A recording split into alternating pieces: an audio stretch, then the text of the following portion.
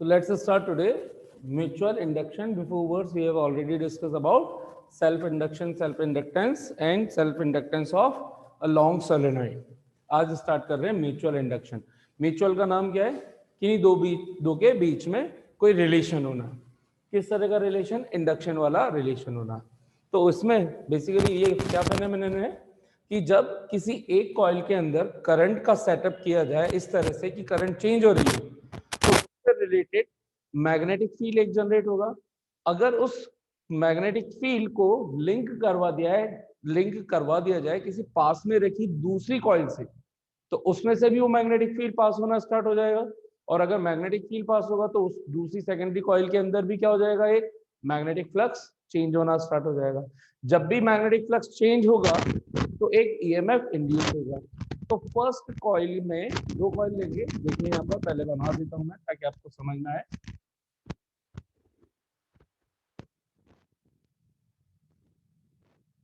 ठीक है, एक कॉइल ये रख दी और दूसरी कॉइल एक और ले लेते हैं.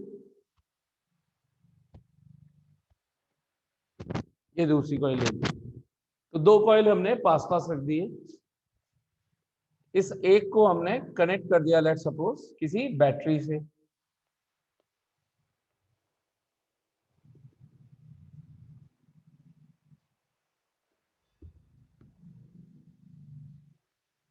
तो और ये मान लीजिए कि बैटरी टाइम वेरिंग बैटरी है. इसका मतलब हम इसके अंदर करंट को कम ज्यादा कर सकते हैं बाय चेंजिंग इट्स वोल्टेज या पोटेंशियल डिफरेंस. ठीक है. तो जैसे ही हम की को ऑन करेंगे, ऑन करते ही क्या होगा? इसमें से एक current start to flow. The current will start to flow in this coil कुछ इस तरीके से. और ये जो रोटेशन दिख रहा है आपको, दिख रहा होगा क्लियरली कौन सा है? क्लॉकवाइज या anti clockwise? Anti clockwise. Anti clockwise है. एंटी तो clock. According to right hand rule magnetic field इस डायरेक्शन में जनरेट होगा. So let's suppose this is the magnetic field generated through this coil.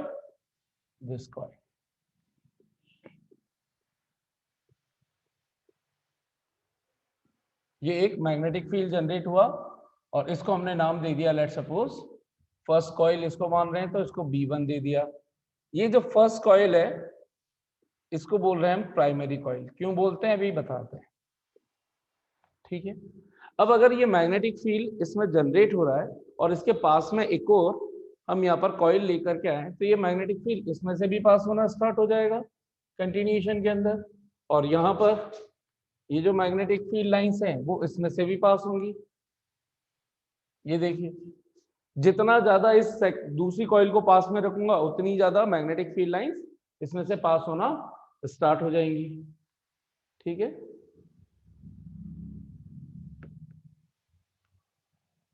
तो ये हमने मान लिया और इसको बोल दिया B1. तो ये जो फर्स्ट का मैग्नेटिक फील्ड था it is linked with now secondary coil.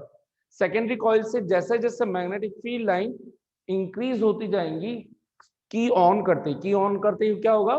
Current will start to flow. Zero से मैक्सिमम होगी.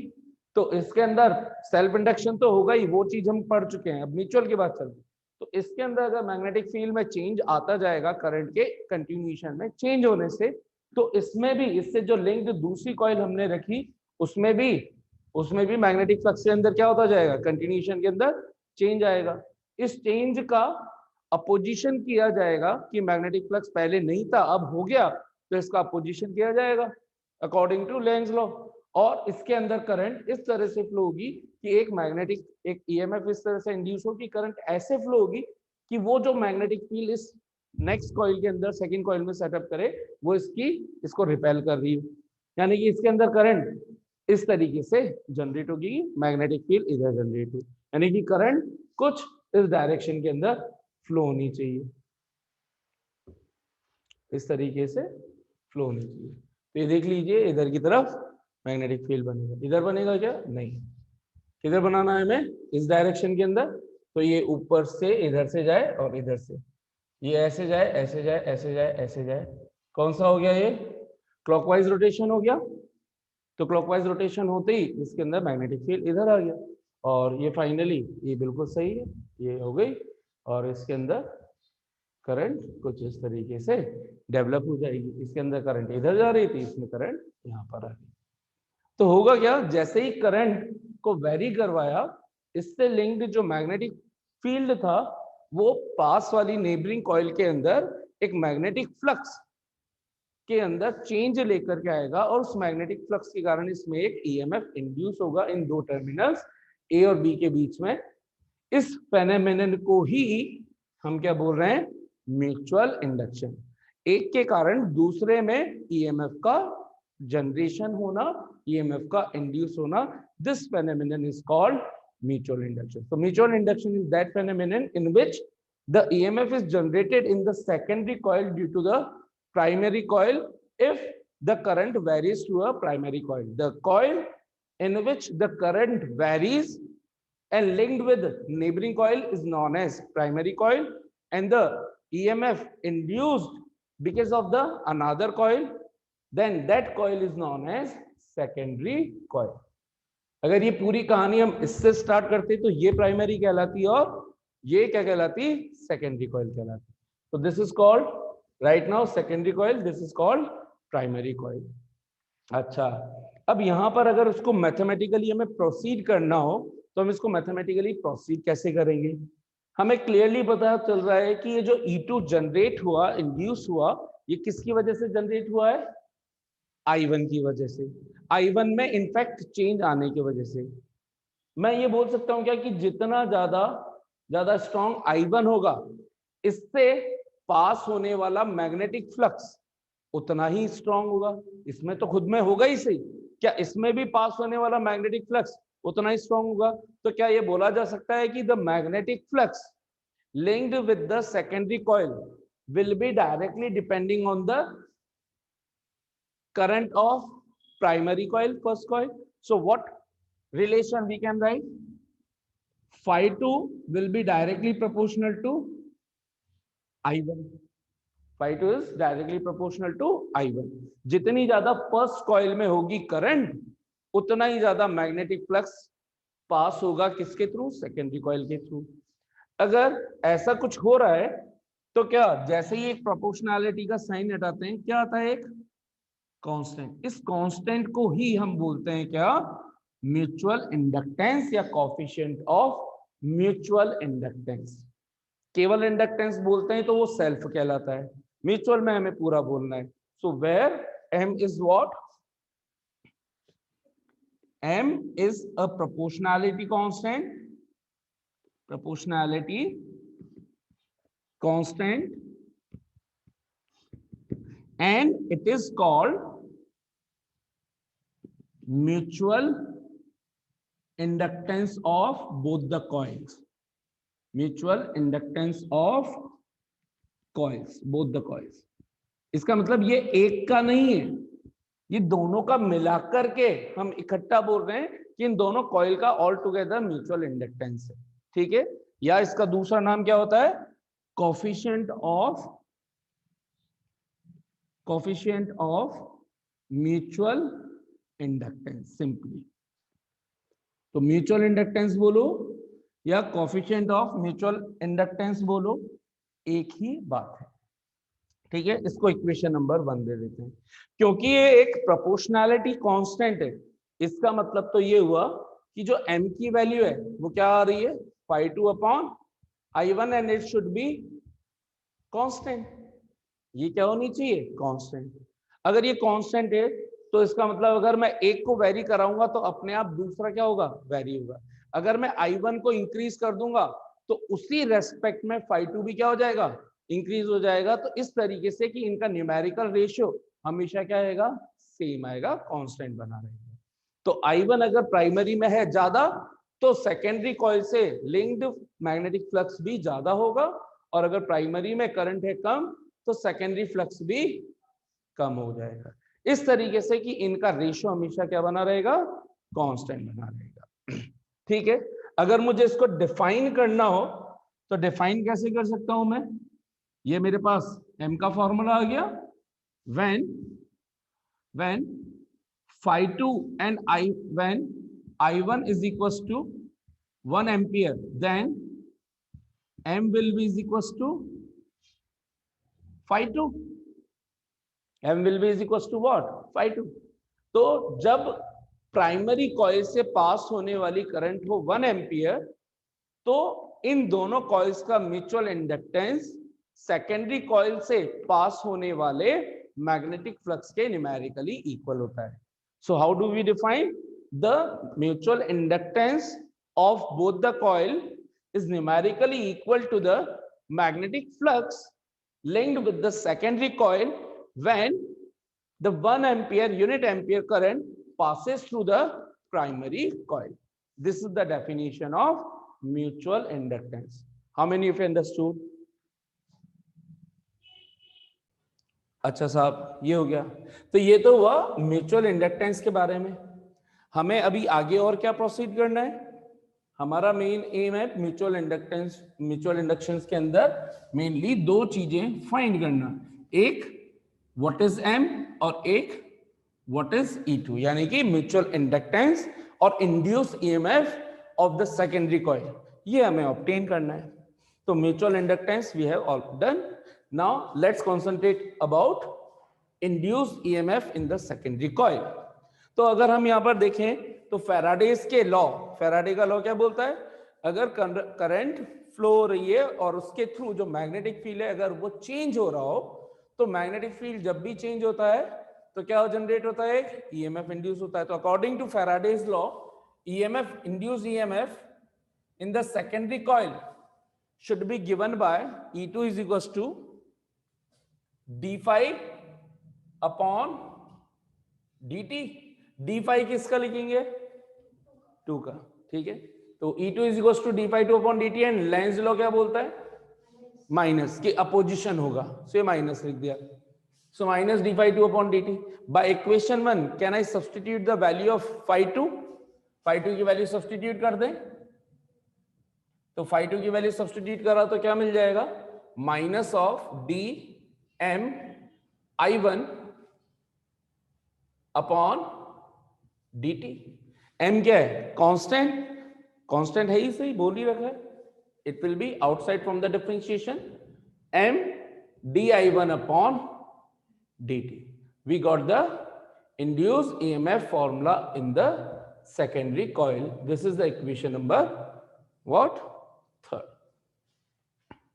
सो आप चाहो तो इसको थर्ड इसको भी दे सकते हो, इसको थर्ड का फर्स्ट पॉइंट बोल दो और यही थर्ड का सेकेंड एक्सप्रेशन. तो जो इंड्यूस ईएमएफ सेकेंडरी कॉइल में इंड्यूस हुआ ईएमएफ, वो किस पर डिपेंड कर रहा है? दो फैक्टर्स पर. एक दोनों कॉइल्स के बीच का म्यूचुअल इंडक्टेंस पर, और दूसरा rate of change of current पर. करंट पर डिपेंड नहीं कर रहा, rate of change of primary current, कि जो प्राइमरी कॉइल में जो करंट थी वो कितने से चेंज हो रही है. अगर करंट में चेंज नहीं हुआ तो ये di1 अपॉन dt क्या हो जाएगा? जीरो. अगर जीरो हो जाएगा इसका मतलब d phi 2 अपॉन dt भी जीरो हो जाएगा. E क्या हो जाएगा? E2 क्या हो जाएगा? जीरो हो जाएगा. सो जब तक है change in current in primary coil तब तक होगा EMF induce in the secondary coil. Got it? जितना ज्यादा mutual inductance of both the coil उतना ही ज्यादा इंड्यूस ईएमएफ, और जितना ज्यादा करंट में चेंज ऑफ प्राइमरी कॉइल उतना ही ज्यादा E2. तो ये दो फैक्टर्स पर डिपेंड कर रहा है. ठीक है, क्या हमने जिस तरह से सेल्फ इंडक्शन के अंदर सेल्फ इंडक्टेंस को डिफाइन किया था, एक इस फॉर्मूले को उठा करके और एक इस फॉर्मूले को उठा करके, आप देखेंगे बिल्कुल सेम मैनर में सब कुछ प्रोसीड हो रहा है. तो क्या हम M को भी डिफाइन कर सकते हैं फिर से इस रिलेशन के बेस पर? तो यहां पर डिफाइन कैसे करेंगे? यहां से M का फॉर्मूला क्या बन रहा है? Minus E2 upon di1 upon dt.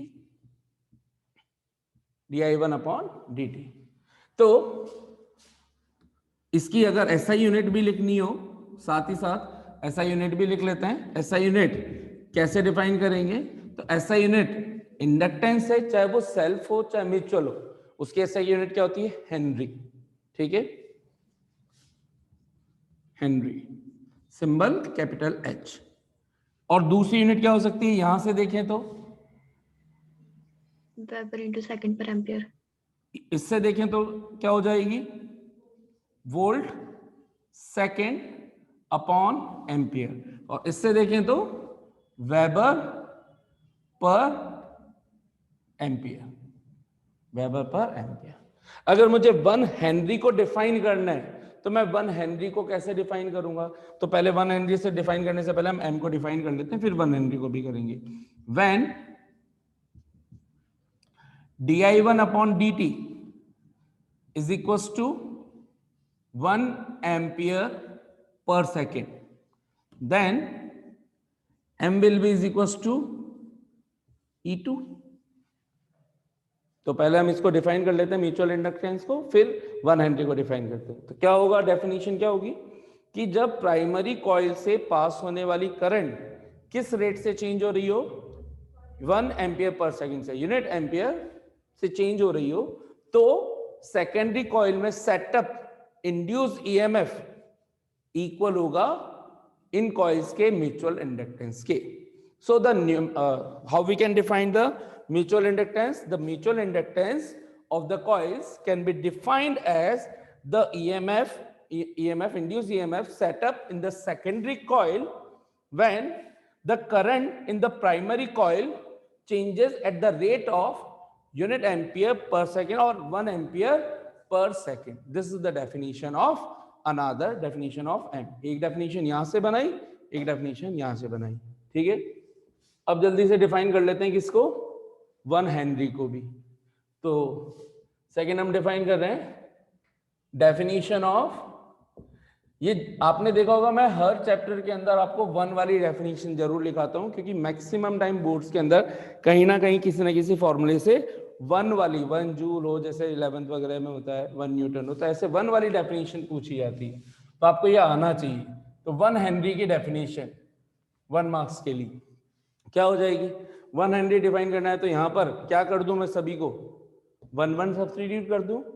So when E2 is equals to 1 volt and di1 upon dt will be is equals to 1 ampere per second, then m will be is equals to 1 Henry, या simply आप लिख सकते हो 1 volt second upon ampere, ये 1 इसी को क्या बोल रहे हैं, 1 Henry. So how can we define the 1 Henry definition? 1 Henry is that mutual inductance of the coil when an induced EMF setup of 1 volt due to the change in electric current of primary coil at the rate of 1 ampere per second. So, और दूसरी तरीके से, when in a primary coil current changes at the rate of 1 ampere per second, set up an induced EMF of 1 volt, then the mutual inductance of both the coil is known as 1 Henry। ठीक है, कितनों को समझ में आ गई ये definition भी properly? So let's start mutual inductance of 2 long solenoid. और 2 लॉन्ग सोलेनॉइड में भी हम जो पहले डिस्कस करेंगे वो कोएक्सियल सोलेनॉइड लेकर के डिस्कस करेंगे, ठीक है। सो 2 कोएक्सियल सोलेनॉइड्स। कोएक्सियल सोलेनॉइड का मतलब क्या है कि अगर ये मेरे पास मान लीजिए आयरन कोर है, इसके ऊपर एक कॉइल को मैं वाउंड कर दूं और फिर इसी के बीच में एक दूसरी कॉइल को भी वाउंड कर दूं, तो ये क्या बन गई, दोनों का क्रॉस सेक्शन एरिया क्या हो गया, कॉमन हो गया। तो ऐसी को बोल रहे हैं हम क्या, कोएक्सियल लॉन्ग सोलेनॉइड, ठीक है। तो देखिएगा यहां पर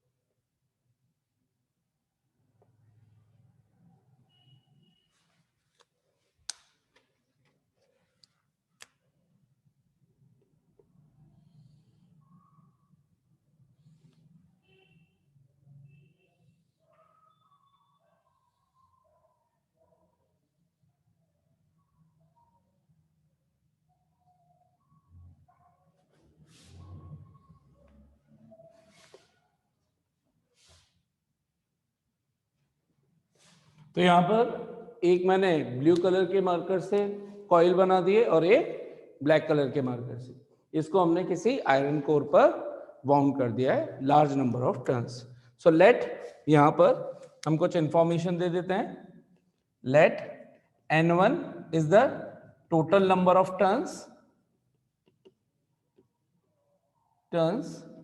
in फर्स्ट कॉइल। अच्छा, जो फर्स्ट कॉइल है उसको हम अभी ले रहे हैं एज ए प्राइमरी कॉइल, तो मैं डायरेक्टली इसको क्या लिख रहा हूं, primary. N2, capital N2, total number of turns in second coil, बोले तो secondary coil.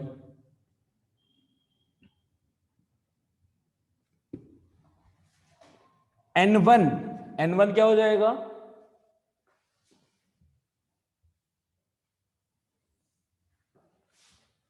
N1 number of turns per unit length, number of turns per unit length,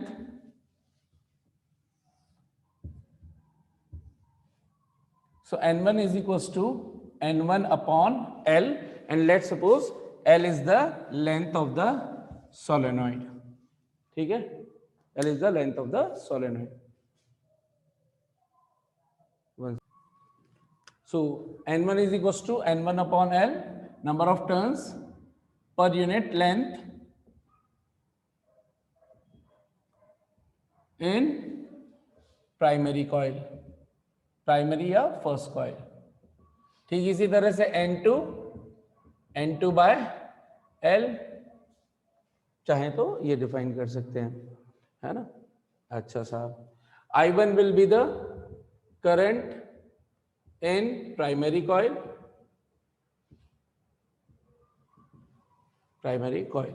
and B1 magnetic field due to first या primary coil. ठीक है, ये सब कुछ हमने define कर दिया है यहां पर। सो इसको बोल देता हूं मैं S1 फर्स्ट कॉइल, या C1 बोल सकते हो आप इसको, S2 सेकेंडरी कॉइल, ठीक, या सोलेनॉइड 1 सोलेनॉइड 2, ठीक है। ऑलराइट सर, तो अब देखिए यहां पर जैसे ही हम इसमें से करंट पास करवाएंगे,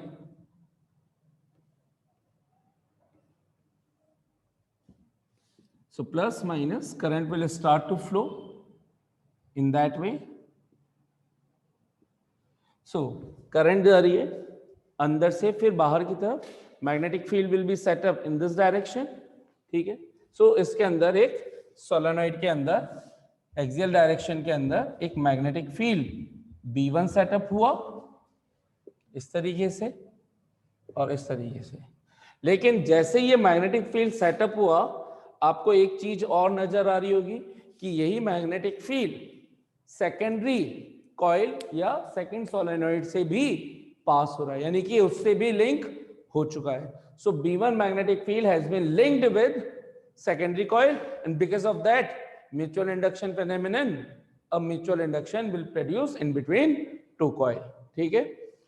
ठीक है साहब, how much this should be, what should be the B1, अगर इसको एयर में रख रखा है तो inside the solenoid the magnetic field produced due to the current I1 should be is equal to, अगर ये इसका area of cross sectional A मान लिया जाए, और तो B1 कितना हो जाएगा, mu naught N1 I1, mu naught N1 I1, इसको दे दी इक्वेशन 1, ठीक है साहब। तो ये हो गया मैग्नेटिक फील्ड। क्या ये मैग्नेटिक फील्ड ही सेकेंडरी कॉइल के से लिंक हो रहा है और वो उसके अंदर एक मैग्नेटिक फ्लक्स प्रोड्यूस करेगा, इतना समझ में आता है। तो अगर मैं आपसे पूछूं यहां पर कि what should be the magnetic flux phi2 due to first coil, how much it should be, B1 A, लेकिन N2 total number of turns, ठीक है। अच्छा साहब, कितना हो गया ये N2B1A, N2 की वैल्यू सॉरी B1 की वैल्यू कितनी है, mu naught N1 A, mu naught N1 I1 into A। N1 की वैल्यू सब्सटीट्यूट कर दें तो कितना मिल जाएगा, mu naught N1 upon L I1 A, और इसको थोड़ा सा तमीज से लिख दिया जाए, so what we can write, mu naught N1 N2 I1 A upon L. That much magnetic flux has been linked due to the primary coil magnetic field. So जो भी प्राइमरी कॉइल में मैग्नेटिक फील्ड प्रोड्यूस हुआ उसके through secondary coil में इतना magnetic flux आ चुका है। ठीक है, अगर ये आ चुका है तो म्यूचुअल इंडक्टेंस की डेफिनेशन क्या बोलती है, phi2 is equal to MI1। Yes, तो M की डेफिनेशन क्या हो गई, phi2 अपॉन I1, तो यहां पे लिख दें ये, तो सिंस इसको equation 2, therefore mutual inductance of the coil will be is equals to phi2 upon I1. Substitute the value of phi2 from equation 2, mu naught N1 N2 I1 A upon L divided by I1. So I1 and I1 gets cancelled out, and what do we obtain, M is equals to mu naught N1 N2 A by L,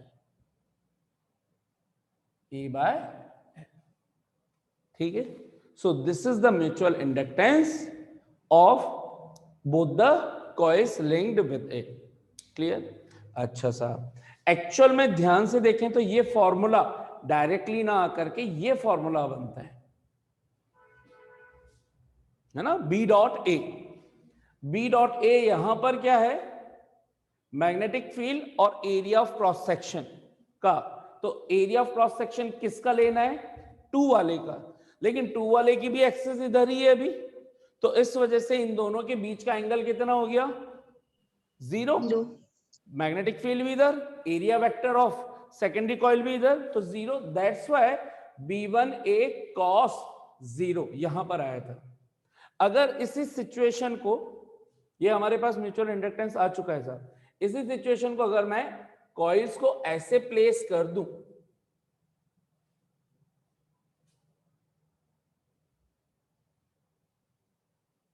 ऐसे place कर दूं, then can you tell me how much the magnetic inductance should be, 0।